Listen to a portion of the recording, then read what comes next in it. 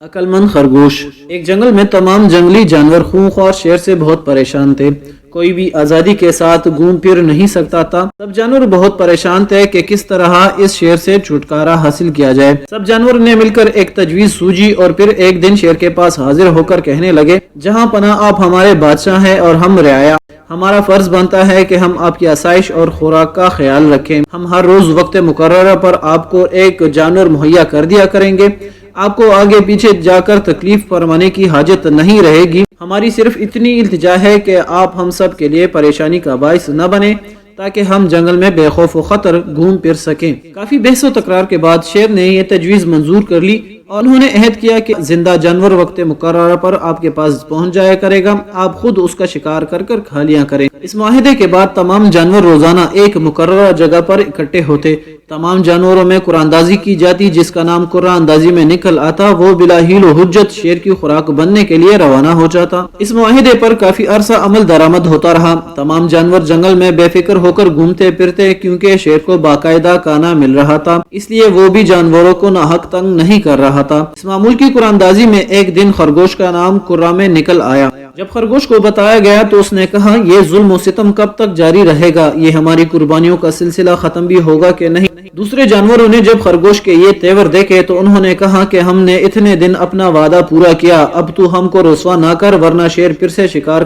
کرنا شروع کر دے گا، اس طرح ہم سب کی جان پھر ہلاکت میں پڑ جائے گی۔ خرگوش نے کہا کہ مجھ جیسے ایک کمزور کے ذہن میں ایک مضبوط رائے آئی ہے۔ جانوروں نے اس سے پوچھا، تمہارے ذہن میں کون سی بات آئی ہے؟ ہمیں بھی اس سے آگاہ کر، مشورہ کر لینا عقل مندی ہے، اس سے مزید روشن پہلو سامنے آ جاتے ہیں۔ خرگوش نے کہا، راز برسر عام کھولنا بے وقوفی ہے، کیونکہ اس سے جان کو خطرہ ہوتا ہے۔ اس موقع پر مولانا روم رحمۃ اللہ تعالی فرماتے ہیں کہ اپنے ان تین چیزوں کے بارے میں کبھی بھی کسی کو نہ بتانا۔ نمبر 1 اپنے سفر کے بارے میں، نمبر 2 اپنے سونے چاندی یعنی مال و دولت کے بارے میں، اور نمبر 3 اپنی منزل کے بارے میں کبھی بھی کسی کو نہیں بتانا، کیونکہ ان تین چیزوں کے دشمن اور مخالف بہت ہوتے ہیں۔ خرگوش گھر بیٹھا رہا اور وقت مقررہ سے تقریباً 1 گھنٹہ تاخیر سے روانہ ہوا۔ شیر کو جب وقت مقررہ پر خوراک نہ ملی تو وہ بہت زیادہ غصہ ہوا، غصے کی حالت میں گرج رہا تھا۔ اس نے دور سے خرگوش کو تیزی سے اپنی طرف آتے دیکھا۔ جب وہ قریب آیا تو شیر نے پوچھا، اتنی دیر کیوں لگا دی؟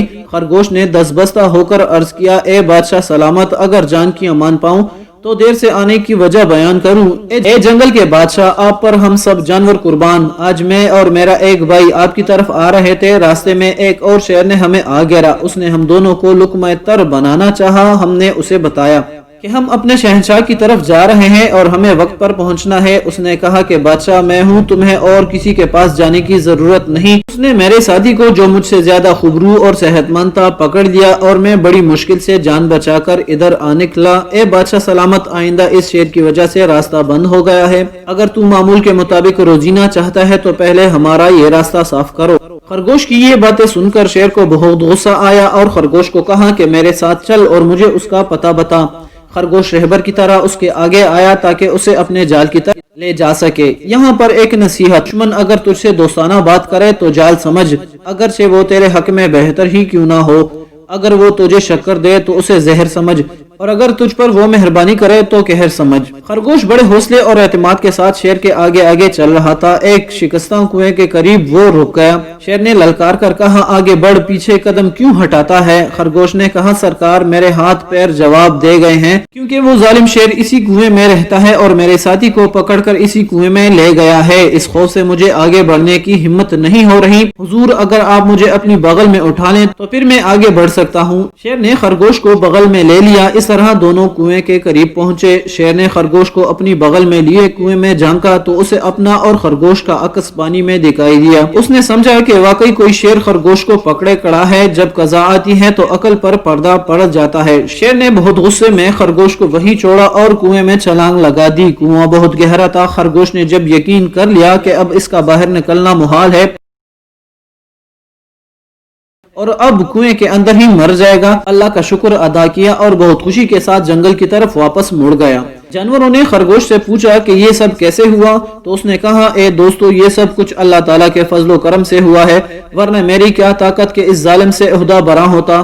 تعریف اور شکر کے لائق وہی پاک ذات ہے جس نے مجھ کو عقل، حوصلہ اور سمجھ عطا فرمائی۔ مولانا روم رحمۃ اللہ تعالی فرماتے ہیں، اے ساتھیو، ہم نے باہر کا دشمن مار ڈالا لیکن اس سے زیادہ بدترین دشمن ہمارے اندر بیٹھا ہے، اب اس کی فکر کرو۔ درس حیات۔ صفے پہ چڑھنے والا شیر بننا تو آسان ہے لیکن حقیقی شیر تو وہی ہے جو اپنے نفس امارہ کو قابو کرے اور اسے شکست دے اور اپنے خالق حقیقی اور اس کے رسول پاک صلی اللہ علیہ وآلہ وسلم کی اتباع کرے۔ اپنے دعا میں یاد رکھے گا، ویڈیو پسند آنے کی صورت میں ویڈیو کو لائک اور شیئر کرنا نہ بھولیے گا۔ جزاک اللہ خیرا۔